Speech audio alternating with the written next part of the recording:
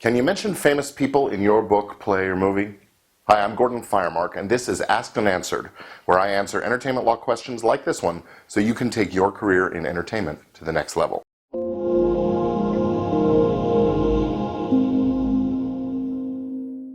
Daniel writes in with this. I just completed writing my manuscript.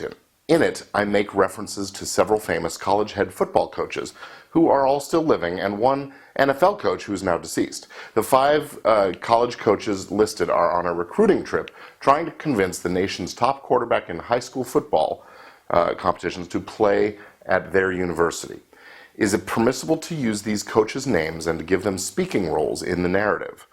Also, am I allowed to make references to song titles and famous quotes like speeches from famous presidents, or quotes from someone like Napoleon, and so on? So here we go.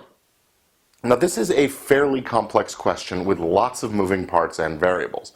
It involves several legal principles, but the basic rule is that you don't need permission to simply mention someone's name, whether they're living or dead, as long as your discussion is true and it isn't revealing any private information, not invading any privacy, and as long as it's not commercial, like if it was attached to a sales pitch or an advertisement or implying some endorsement of product or services.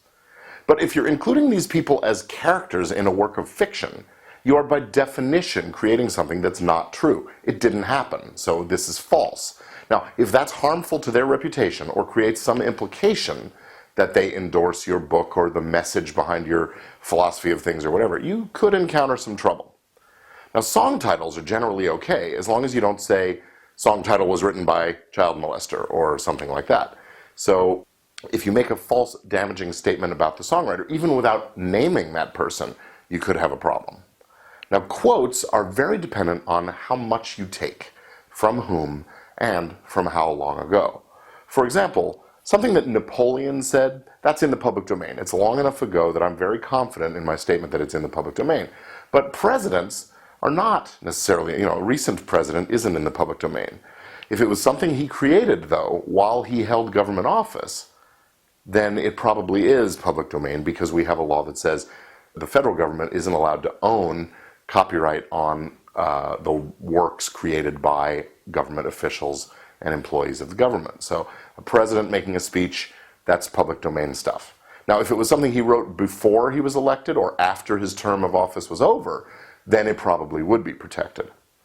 But there are other famous people like Martin Luther King, for example, whose speeches are very much entitled to protection under copyright law and are very restricted. So they're off limits unless you get permission from the trust that manages their estate or whatever, in the case of King, or unless your use amounts to fair use. But that's another video entirely, and if you look in the notes down below, I'll have a link to that other video.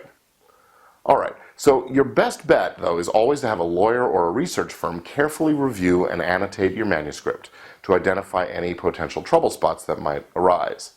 And then, once you're armed with that report, there are some judgment calls that might need to be made about whether to keep things in or discard them.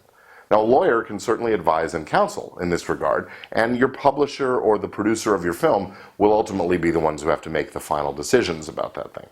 So thanks for a great question. And if you have a question you'd like answered here, submit it at firemark.com/questions. I'll see you next time.